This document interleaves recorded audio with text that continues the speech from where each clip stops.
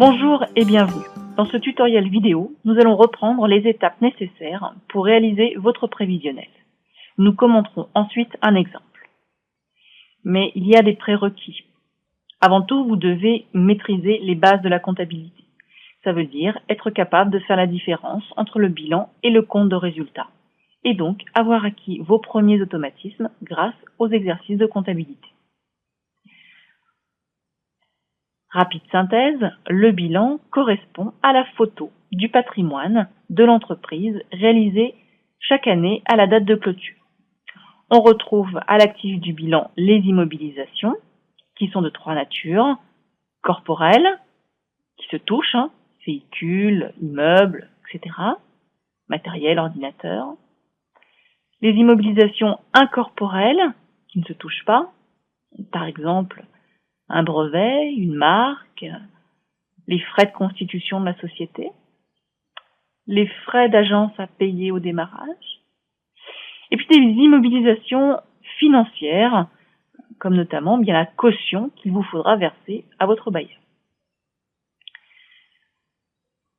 À l'actif, on retrouve également le montant de l'encours client, la somme d'argent que vos clients ne vous ont pas réglé en fin d'année alors que vous avez établi des factures, le montant des stocks à la date de l'inventaire et l'argent disponible sur votre compte.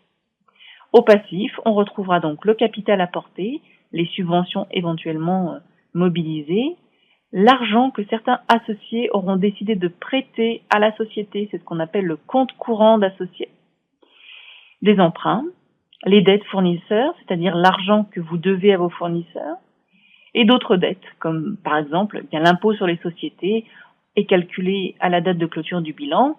Malheureusement, le paiement intervient plus tard, donc il est noté en tant que dette.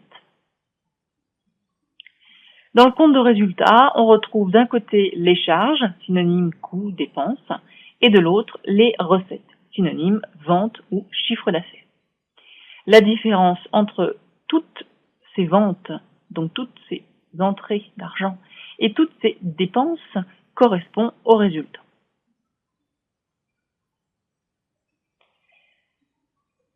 Bien. Première étape pour réaliser votre prévisionnel, listez vos investissements. Les immobilisations nécessaires au démarrage doivent être précisées. Rappelez-vous, une immobilisation correspond donc soit à une immobilisation corporelle, incorporelle ou financière et à une valeur unitaire supérieure à 500 €.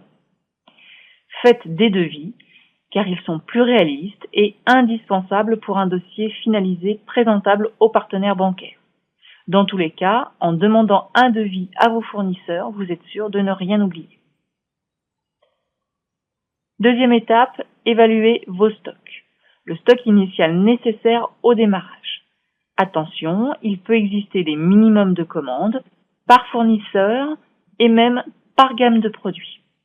Attention également aux frais accessoires, comme les frais de livraison, des frais d'assurance, etc. Étape 3, estimer le besoin en fonds de roulement. C'est l'argent nécessaire pour tenir le coup, compte tenu du décalage de paiement entre les clients et les fournisseurs, et compte tenu du niveau de stock tampon à avoir en permanence, estimé grâce au délai de rotation des stocks. Rassurez-vous, le fichier Excel que nous vous fournissons vous permet de réaliser ces calculs simplement. Étape 4, estimer la trésorerie de départ. N'oubliez pas qu'il vous faudra plus d'argent que le besoin en fonds de roulement pour démarrer, car, par exemple, la TVA sur les immobilisations de départ et les premières charges n'a pas été comptée. Pensez également à toutes les charges, toutes les dépenses que vous devrez assumer tout de suite. Vous n'allez pas attendre d'avoir des clients pour faire de la publicité. Étape 5, prévoir votre financement. Indiquez le montant de votre apport personnel. Souvenez-vous que 50% d'apport est idéal pour tout partenaire bancaire. Et indiquez le montant des subventions, des emprunts, etc., avec les délais de remboursement envisageables. Ici, c'est une estimation. Vous verrez que vous peaufinerez ces éléments plus tard. À savoir, les emprunts ont une durée de remboursement normalement identique à la durée de vie comptable des biens pour lesquels ils sont mobilisés. Par exemple, pour acheter une voiture qui a une durée de vie comptable de 5 ans, eh bien l'emprunt sera de 5 ans. À savoir également, les banques prêtent essentiellement pour les immobilisations corporelles. Ensuite, selon le dossier, elles peuvent cofinancer une partie des immobilisations incorporelles, comme un fonds de commerce, et une partie du stock. Mais attention, sachez que c'est plus difficile et sur étude précise. Enfin, le BFR, besoin en fonds de roulement, reste donc un poste totalement à financer. Pour autant, ne le sous-estimez pas. Le risque est important. 17% d'entreprises vont cesser leur activité dans les 12 premiers mois par manque de trésorerie, par manque de disponibilité.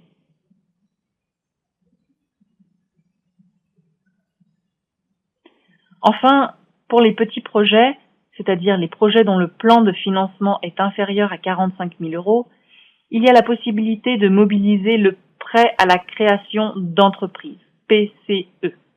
C'est un dispositif OSEO qui est directement mis en place par votre banque. C'est-à-dire que vous n'allez pas rencontrer OSEO, c'est votre banquier qui vous fait signer le prêt à la création d'entreprise. Il a des intérêts, ce prêt.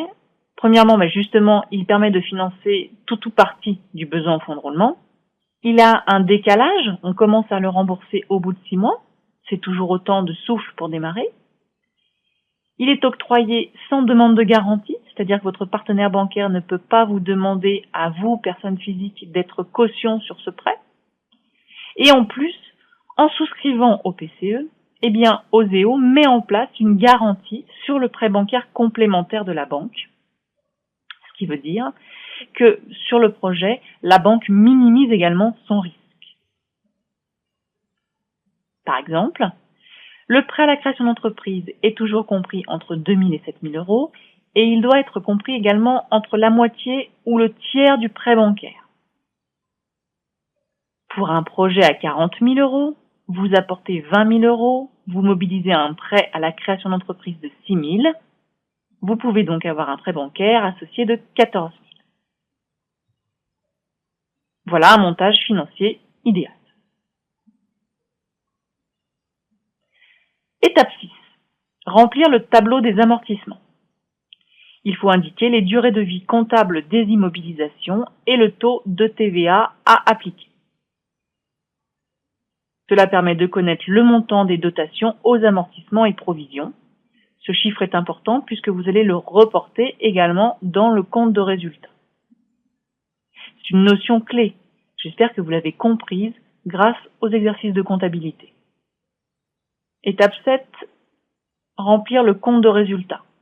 Indiquer le montant des ventes envisagées et envisageables et les achats directement associés, c'est-à-dire les achats consommés et les charges variables. Quand vous vendez des t-shirts, vous avez acheté des t-shirts. Estime également toutes les charges fixes, c'est-à-dire les charges qui ne varieront pas ou peu que vous ayez des clients ou pas.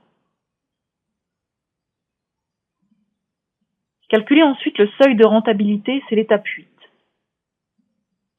Vérifiez que le projet est donc réaliste sur le court et le long terme. Attention, vous avez déjà réalisé un important travail. Enregistrez cette version et travaillez maintenant sur des copies de ce document.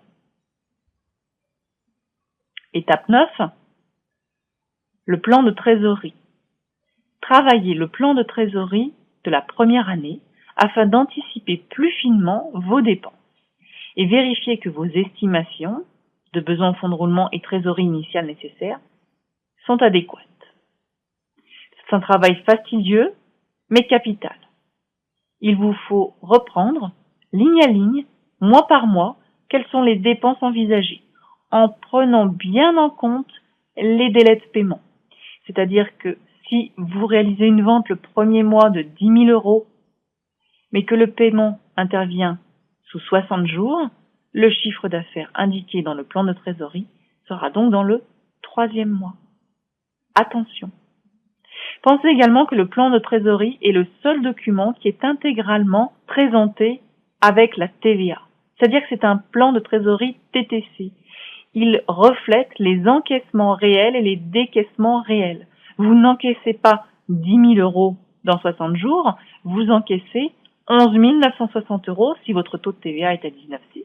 Pareil, vous n'achetez pas pour 1 000 € de fourniture, mais pour 1 196 €. Votre chèque correspond à 1 196 €. Faites très attention également à la saisonnalité de votre activité.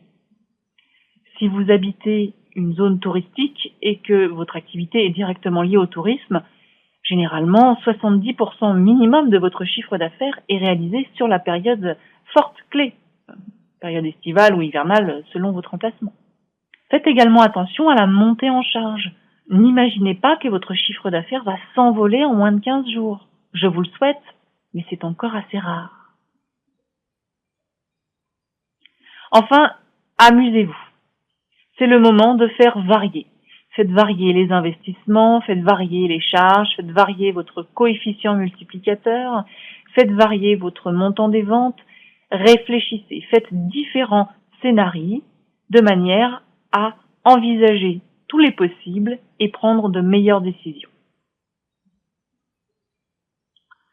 Enfin, assurez-vous que la version que vous allez retenir présente un ratio acceptable pour un partenaire bancaire, mais également réaliste. Il nous faut une CAF, capacité d'autofinancement, cumulée sur les 3 premières années, qui soit, si possible, égale ou supérieure au montant de l'emprunt que vous demandez. C'est un ratio important, ça fait partie des premiers ratios que votre partenaire bancaire va regarder. Bien, l'exercice n'est pas facile, mais vous devez le maîtriser car c'est vous le chef d'entreprise. Je vous invite maintenant à réaliser l'exercice qui est en pièces jointes. Vous pourrez ensuite regarder la correction proposée et ensuite travailler sur votre prévisionnel. Les choses sérieuses vont commencer.